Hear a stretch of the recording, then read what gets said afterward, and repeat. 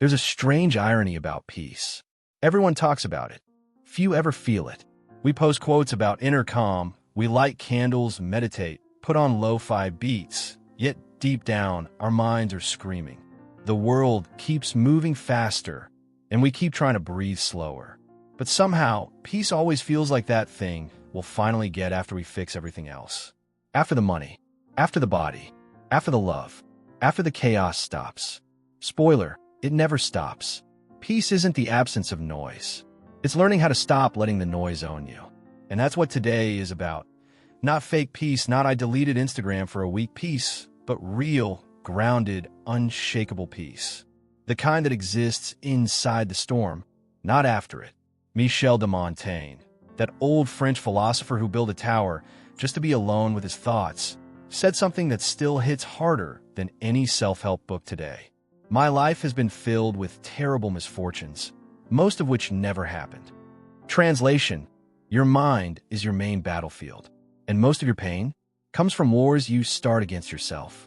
This video isn't about running away from the world. It's about facing it without losing your center. Because peace isn't hiding in a cabin with good Wi-Fi. It's being able to sit in traffic, get ghosted, lose, fail, be misunderstood, and still say, I'm okay. So forget perfection. Forget control. Forget trying to be the peaceful person. Peace isn't an identity. It's an understanding that everything you're trying to fix was never broken in the first place. Welcome to the art of living in peace. This isn't a lecture.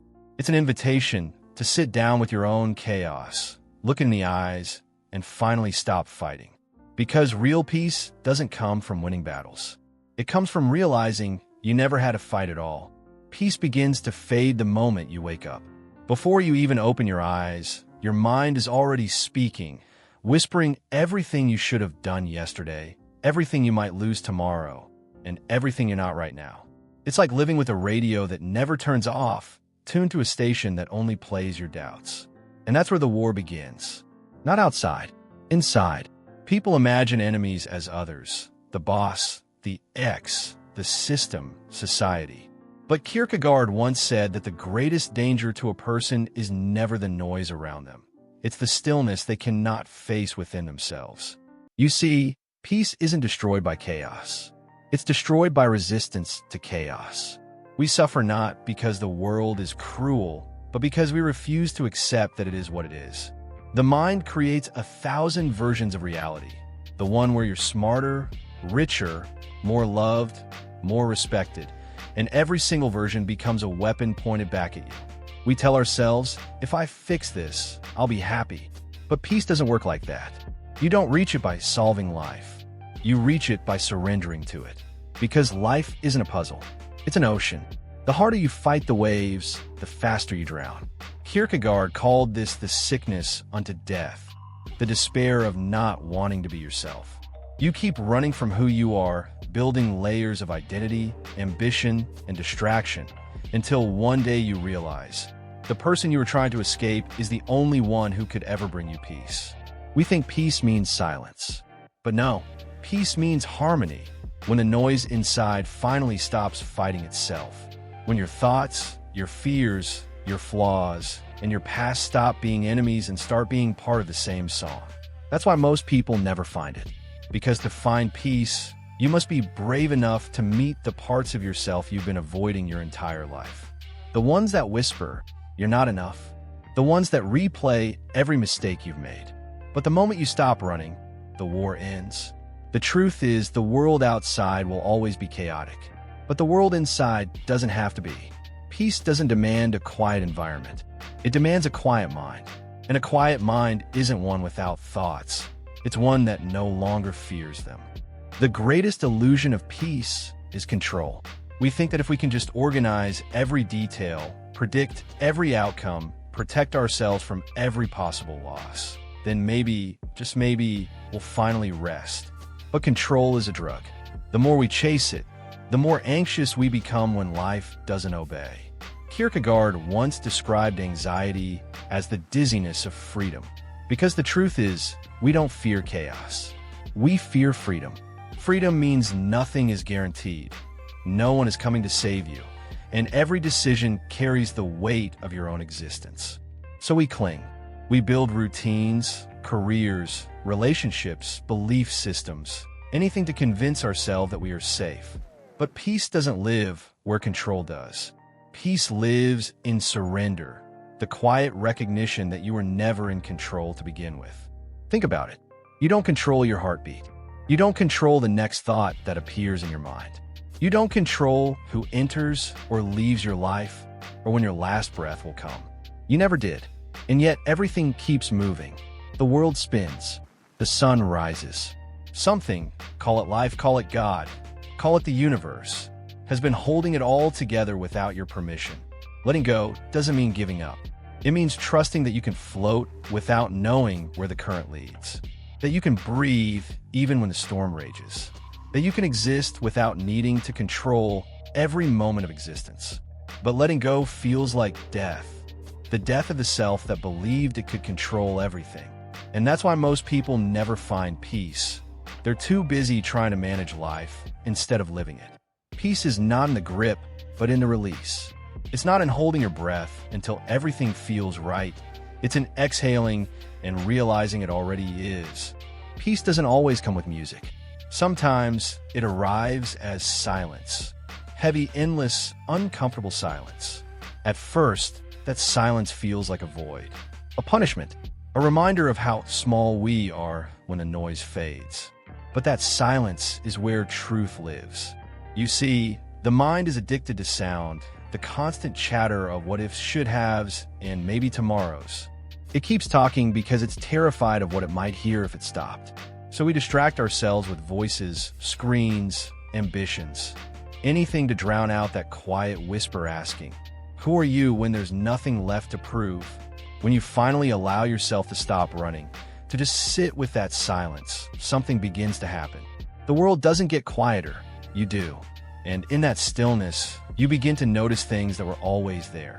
The rhythm of your breath, the pulse of the earth, the subtle peace of simply being. The Stoics called it ataraxia, a state of unshakable tranquility. Not because the world outside was calm, but because the world within no longer depended on it.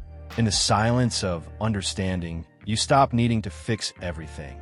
You stop needing people to understand you, to validate you, to mirror your worth. You start to see that peace isn't found in explanations. It's found in acceptance.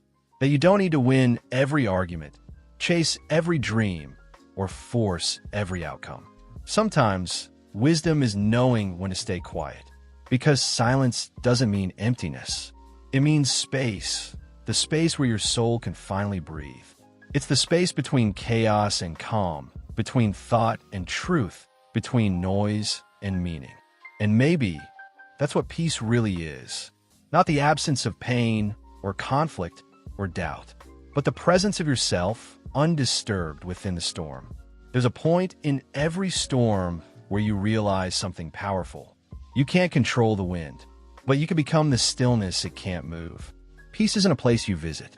It's something you become. It's when you stop chasing calm and start embodying it. When you stop trying to escape the fire and instead learn to walk through it without burning. The Stoics never promised an easy life. They promised a meaningful one. They understood that true peace isn't about removing chaos. It's about standing untouched inside it. Because calm isn't built in comfort, it's built in conflict. You don't find peace by running from pain.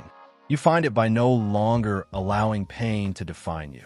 There's a moment, subtle and silent, when the noise loses power. The chaos still exists, but it no longer owns you. You breathe, and the world breathes with you. You speak softly, and even storms listen. That's when you realize peace isn't passive. It's an act of rebellion. In a world that thrives on distraction, stillness is resistance. In a world obsessed with winning, calm is strength. And in a world that worships noise, silence is revolution. So stop searching for peace like it's somewhere out there, in people, places, or dreams. You've carried it all along. It was never about finding calm in the world. It was about becoming the kind of soul that is calm, even when the world forgets what that means. Because when you become the calm, you stop reacting and start creating. You stop fearing and start understanding. And suddenly, life stops being something that happens to you and becomes something that flows through you. That's the art of living in peace. Not the end of chaos, but the mastery of your response to it. Peace is not a destination. It's not a mountain you climb and then rest at the top. It's something you build, brick by brick, every time you choose silence over noise, reflection over reaction. The world will tell you that peace is found in a temple, or on a mountain, or in a moment of meditation. But that's a lie dressed in pretty words. Peace isn't a place you go to. It's a person you become. Becoming calm means learning to stand still while everything around you shakes. It means looking at the storm and realizing it can't touch you unless you let it in. The truth is, you can't control the wind. You can't control what people say or how life unfolds. But you can control the space between the noise, that sacred moment before you react. That's where peace lives. Most people never find it because they're too busy trying to fix the world before fixing themselves. They want quiet rooms, but keep loud minds. They want love, but fear being alone. They want control, but can't even control their own thoughts. To become peace, you must surrender the illusion of control. You must stop chasing serenity like it's a butterfly to be caught, and instead, let it land on you naturally when you finally stop running. Because calm is not achieved by conquering the storm. It's achieved by realizing you were never in danger to begin with. You see, peace was never about the absence of chaos. It was about finding stillness within it. You could spend your whole life chasing the idea of a perfect moment, when everything aligns, when no one disappoints you, when the world finally quiets down. But that moment never comes.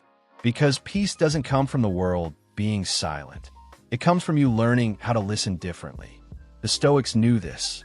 They didn't pray for calmer seas. They trained themselves to sail stronger ships. They didn't ask for softer lives. They built harder minds. And yet, even they understood something most people still don't. That peace is not toughness. It's not becoming cold or indifferent. It's learning to love without attachment, to care without control, to live fully without being owned by what you live for. Real peace isn't loud. It doesn't announce itself with trumpets or applause. It whispers. It waits. It sits quietly in the corner of your mind, watching you panic, watching you rush, until one day you finally sit beside it and realize it had been there all along. The world wants you restless, addicted, reactive. Peace, on the other hand, asks you to be something else, something rare, something dangerous in a society that profits from your anxiety. Peace asks you to be still, to be unbothered by what doesn't serve you, to observe instead of react, to respond instead of explode. Because once you master your inner world, no external world can ever enslave you again. They can mock you, betray you, abandon you, but they can't disturb what you've built inside. That's the paradox of peace. The quieter you become, the more power you hold. The more you let go, the more you gain. And the more you stop fighting the noise outside, the louder your truth becomes within. So next time the world tests you, when everything falls apart, when your heart races, when your mind screams, remember this. You don't have to fix the storm. You only have to stop becoming it. Because peace isn't the reward, it's the weapon. And those who carry it never need to raise their voice again. One day, you'll wake up and realize that peace was never lost. You just stopped listening to it. It was buried under noise, ambition, heartbreak, and fear. But it was always there, quietly waiting for you to come home. You'll stop fighting what you can't control. You'll stop running for what hurts. And instead, you'll start to see that everything you resisted was trying to teach you something. The world won't become easier. People won't become kinder. But you will become unshakable. Because peace isn't the reward for escaping life's storms. It's the strength to face them with grace. It's the ability to walk through chaos and smile. To be misunderstood and stay kind. To lose and remain whole. That's when you truly understand the art of living in peace. When you no longer chase calm. Because you are calm, you've become the storm's silence. The world's quiet observer. The calm within your own chaos. So breathe. You've already arrived.